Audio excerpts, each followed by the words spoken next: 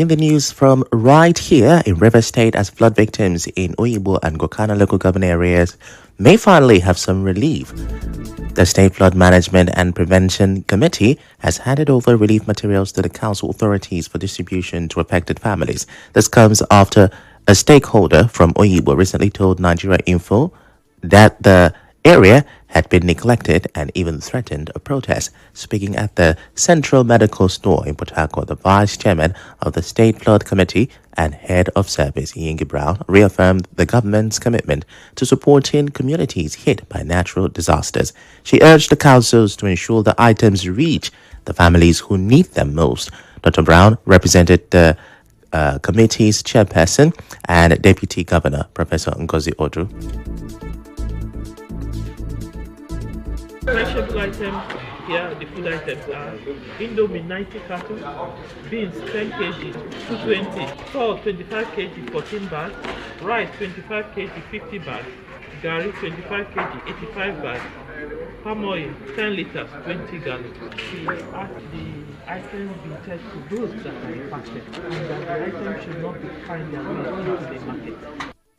Representatives of the Oyibo and Gokana Council Chairman Michael Onyedema and Barry Bode thanked Governor Siminalayi Fubara and the Flood Committee for the intervention. A total of 8 local government areas have now received flood relief items: Ahoda West, Ahoda East, Obwebe Mandoni, Abua Odwa, Obiabo, Port Harcourt, Oyibo and Gokana. Still talking River State, the state government has set up a central planning committee to organize the 2026 Armed Forces Remembrance Day. The secretary to the state government, Dr. Benibo Anabraba, inaugurated the committee in Port Harcourt and says the state deeply appreciates the sacrifices of Nigeria's fallen heroes. He notes that the Armed Forces Remembrance Day is a chance to honor those who gave their lives for the nation's peace and unity. Dr. Anabraba also acknowledged the effort of security agencies in keeping the state safe. The annual event, marked on January 15, is dedicated to remembering departed soldiers and celebrating the country's veterans. Now let's leave River State for a minute and take you to Kebbi State. President Bola Tinubu is reassuring Nigerians, especially the families of the abducted schoolgirls in Kebbi, that the federal government will use every instrument of state to secure their return. This message was delivered on Wednesday by the Vice President, who visited Kebbi to commiserate with the state following the school attack. Now, he described the incident as deeply unfortunate and said the president's top priority is bringing the girls home safely. The vice president also commended security agencies for their effort. He added that the military officer and school official killed during the attack will be honored for their service and bravery. The Kebbi state government during the visit thanked the federal government for its support and said it is providing all necessary backing to security agencies working in the area. Sources in the community confirmed that the gunman killed a senior school official before abducting several students, a development that has drawn widespread condemnation. Local authorities have since released a list of the missing students. Meanwhile, the state government has dismissed claims circulating online that the attack happened in a Christian-dominated area, describing the comments as misleading and capable of causing division. In a related development, President Tinubu has postponed his scheduled trips to South Africa to attend the 20th G20 summit and Angola for the 7th AU-EU summit, so he can receive additional security briefings on both the Kebbi abductions and the deadly attack in the Eruku community of Kwara State. And speaking of the Kwara tragedy, the Kwara State Police Commissioner has visited Eruku community in Ekiti local government area for an on-the-spot assessment after a report of a recent attack. He met with local police officers, traditional leaders, and residents to review the situation and coordinate an immediate security response. The commissioner also inspected the affected church and gathered first-hand information while reassuring the community of the command's commitment to protecting lives and property. Police authorities say personnel and resources have now been deployed as efforts continue to rescue victims and track down the attackers. Meanwhile, youth in Eruku, Kwara State, blocked the Ilori-Kaba highway on Wednesday in protest over Tuesday night's bandit attack. The demonstration caused major traffic as protesters set bonfires and used stones and logs to block the expressway. They accuse security agencies of abandoning the community during the attack.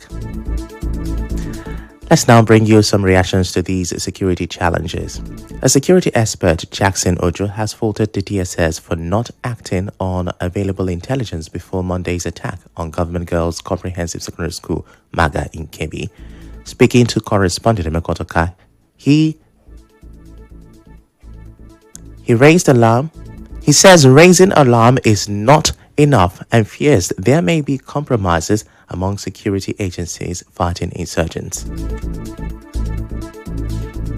Now that the DSS raised alarm for who to do what, the alarm they raise now has no effect, has no impact in securing the school we are talking about. This is so sad. If Nigeria government is proactive, I don't think it will be easy for security flash point, Kebbi State, children to be abducted. Definitely there are some saboteurs. It could be internal saboteurs because some of the officers may have sympathy for these terrorists for religious reasons.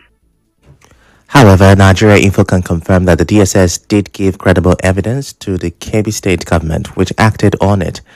Reports from Kebbi State says security personnel were drafted to protect the school on Monday. Unfortunately, the attack occurred early on Tuesday, reportedly some minutes after the security operatives left. Meanwhile, Ojo also suggests that the recent surge in violence in the Northeast aligns with past comments made by U.S. President Donald Trump about Nigeria. Another security expert, Ifechukwu, wants the federal government to seek external help to tackle the worsening insecurity. He says security agencies appear overwhelmed. So it would appear that there is a lack of coordinated efforts on the part of the Nigerian authorities to handle this. And from where I stand, I believe that this is an opportunity for the Nigerian leadership led by the president to reach out. It should not be President Trump reaching out now. Reach out and ask for support. Support could come in different forms. Is it in forms of weaponry, in forms of equipment, whatever kinds of support, we should go into that. I'm one of those who even ask, why don't we have a military alliance with the United States of America? Why don't we? We are grappling with this for several years. We have proven that we are unable to tackle this situation. If external help is going to come to our aid and get this thing done definitively, why not? He also criticizes negotiations with bandits, calling them a sign of weakness. You know, there have been reports, for instance, in places like Katsina and Zamfara, where government representatives are seen hobnobbing in the name of peace deals with these criminals, carrying military fatigues, displaying arms and ammunition, the types that you hardly find with our military. How do we expect to move forward as a country? If you must negotiate, let's say we are even talking about that, you negotiate from the position of strength, from the position of authority, so that the other party is forced to the negotiation table. They are forced to surrender. Well, in a related story, legal practitioner Professor Richard Nwokocha says the killing of Brigadier General M. Uba by ISWAP raises tough questions about military efficiency. He wants answers on how the general was recaptured after revealing his location to colleagues. This means the military is unable to investigate, audit itself, and fish out the elements that are compromising information from the military. For instance, I think this person will ask himself, how did the man disclosing his location get to those who killed him? And is the military doing enough to answer that question? The man cannot come back, yes, but can we at least save people who will be sent in the future by exposing those who are involved? This will not be the first time that people have compromised military missions in this country. He adds that Nigerians deserve clear accountability on the death of Brigadier General Uba and other soldiers reportedly killed by ISWAP. We come back here in River State. Now, as part of his first 100 days in office, the chairman of Eche local government area, Chima Boniface Njoko, has taken what he calls a major step in his administration's empowerment program. He has procured 12 plots of land for councillors in the first phase of the scheme, with each plot valued at 10 million naira.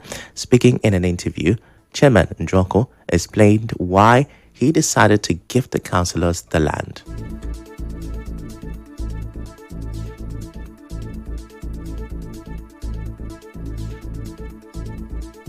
Not after a councillor, you go home.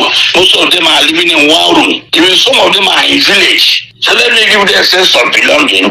If I say buy motor vehicles do depreciate, but land do appreciate. If I give them land without their little salary, they can be able to build the house. But as far as this child is concerned, I wish them well, and I want to reassure you that I'm giving them a plot of land. I'll be a signatory to that deed. Each of them that brought the deed of conveyance, I'll give the person 10 million. It's a gift to encourage them to do more.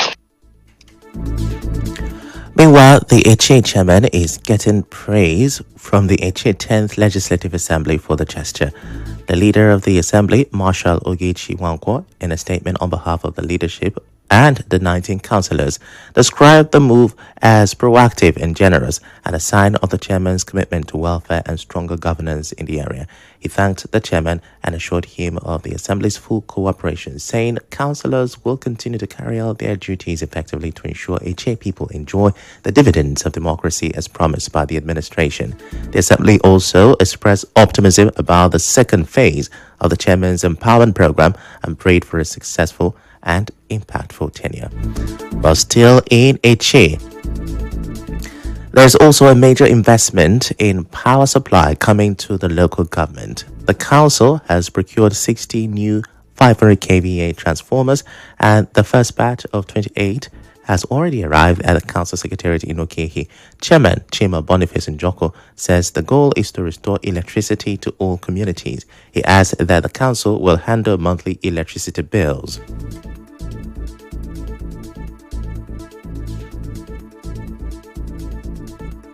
You can see with your eyes that I have purchased 6,500 kVs of transformer to make sure my people have that light. And the Eche local government will pay the bills every month because the money is their money. No one person is Eche local government. Eche local government belongs to all of us.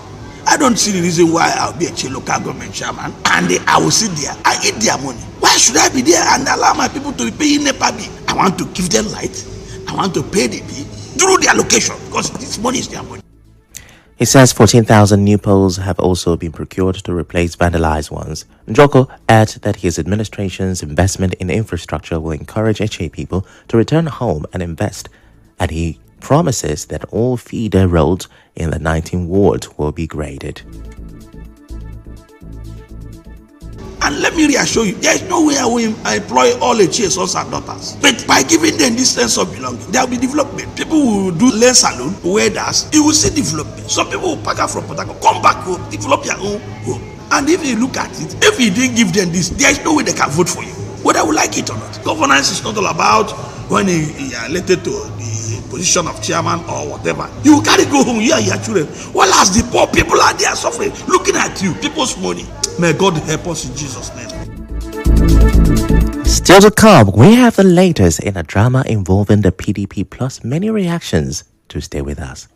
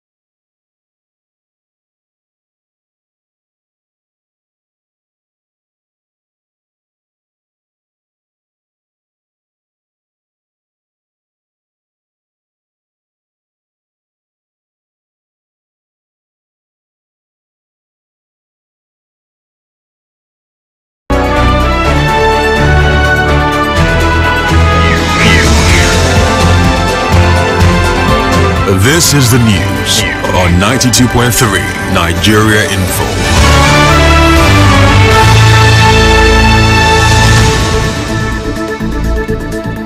You're welcome back to politics now. Former factional PDP chairman in Rivers State, Robinson Nam-Ewa, says he does not need anyone's permission to attend the PDP National Convention. He says this while reacting to a report that he attended the convention against Governor Fubara's advice.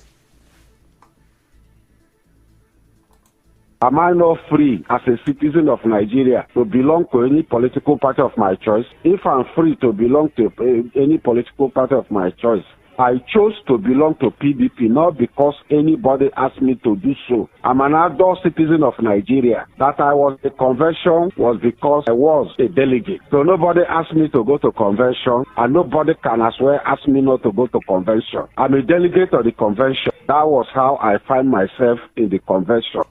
Now, he also insists that the governor's absence in Ibadan does not invalidate the convention's decision to dissolve the PDP structure in Rivers State.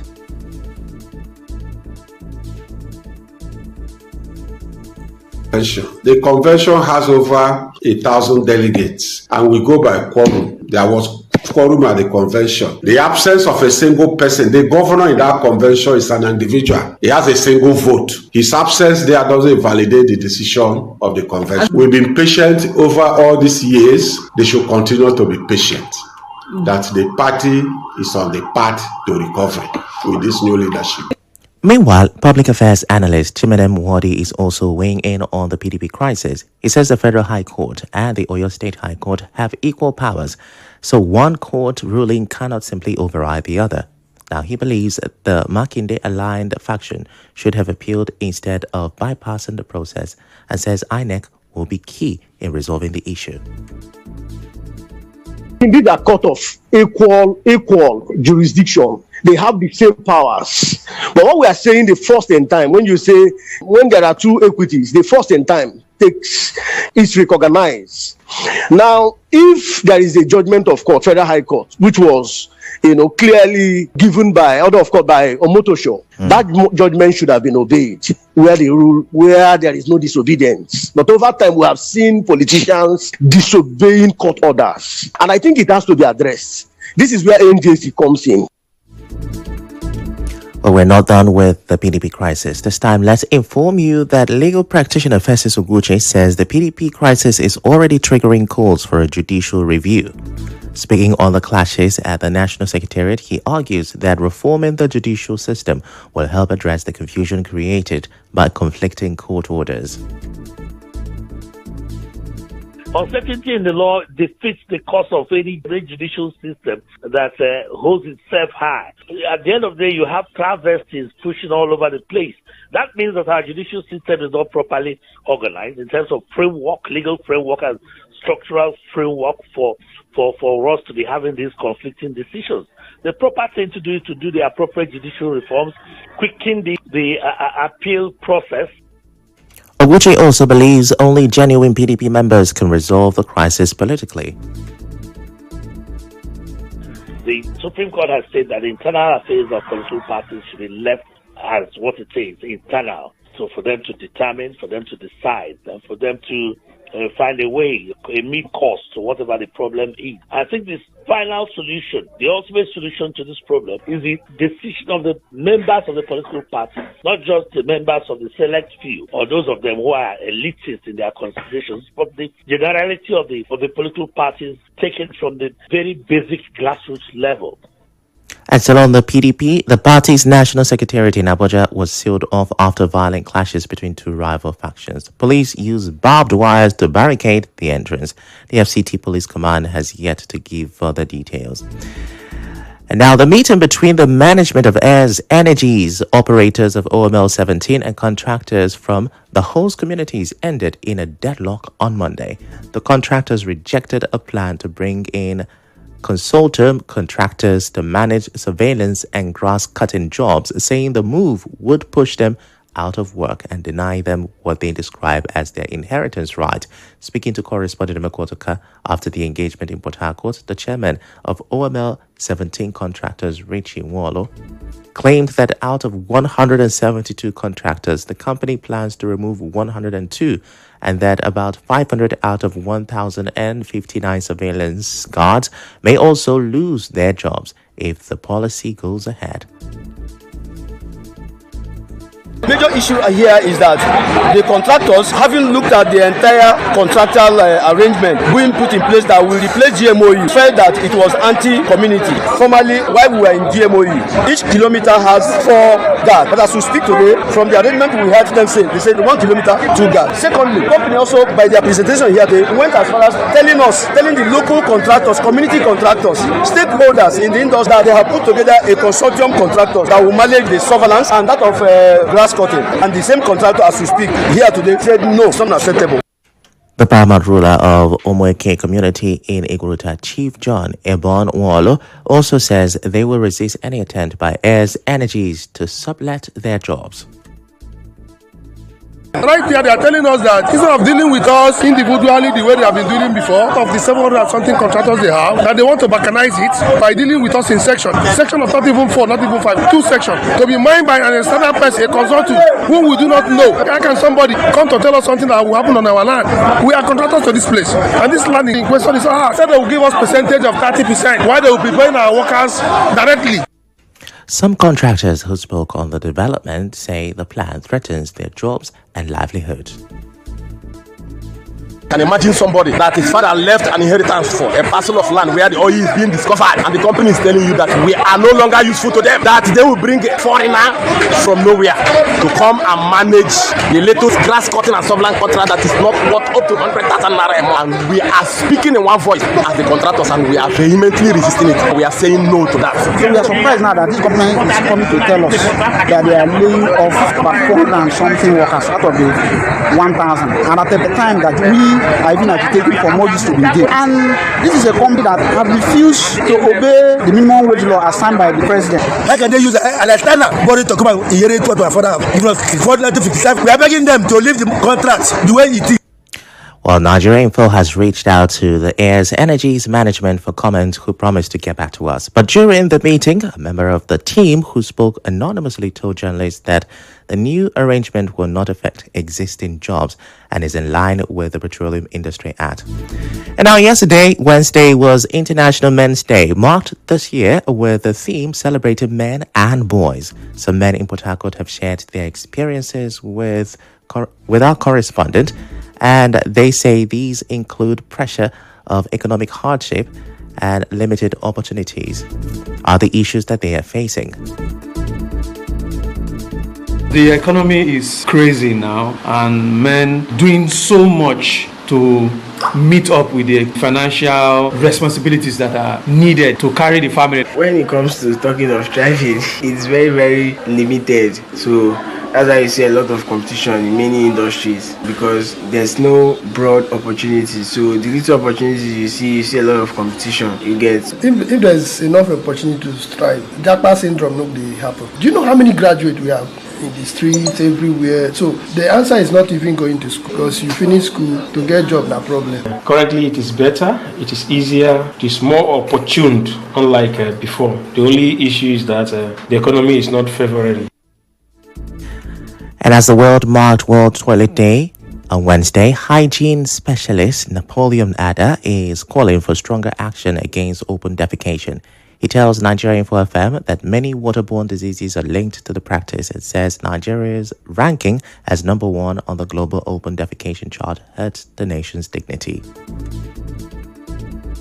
Open defecation is attracting some kind of diseases. I will always advise that government at all levels should try as much as possible to construct sanitation facilities in public places, other corporate bodies. So as much as possible, we also see a way to make sure that sanitation facilities are given priority in public places. Each and every one is supposed to construct sanitation facilities in his own house.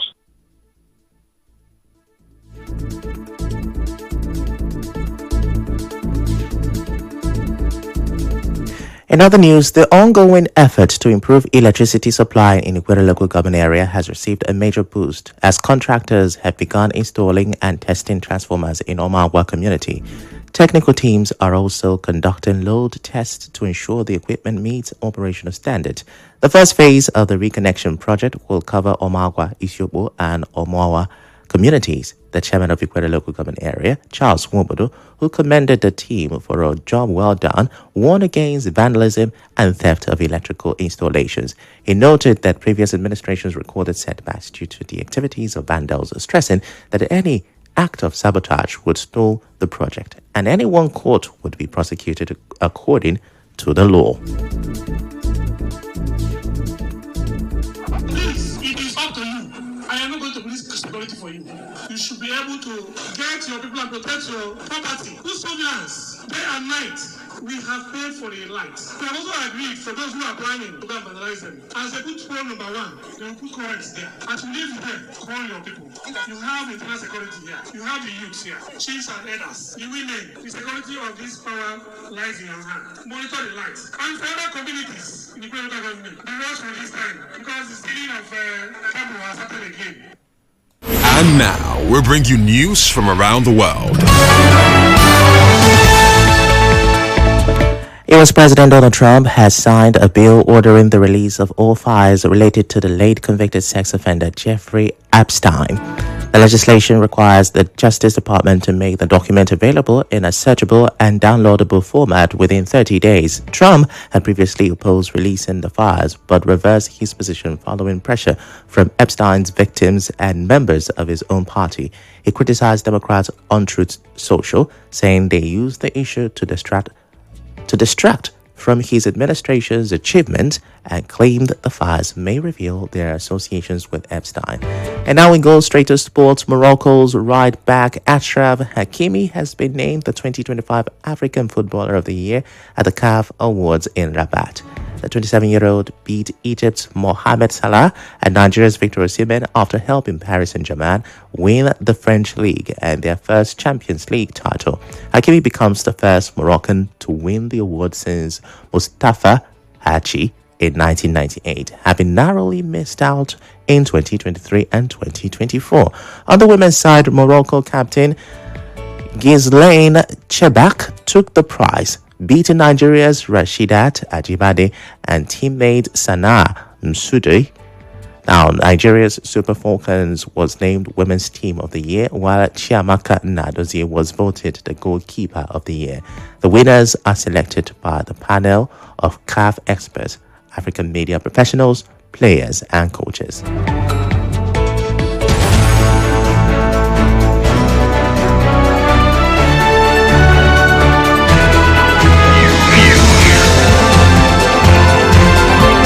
This is the news on 92.3 Nigeria Info.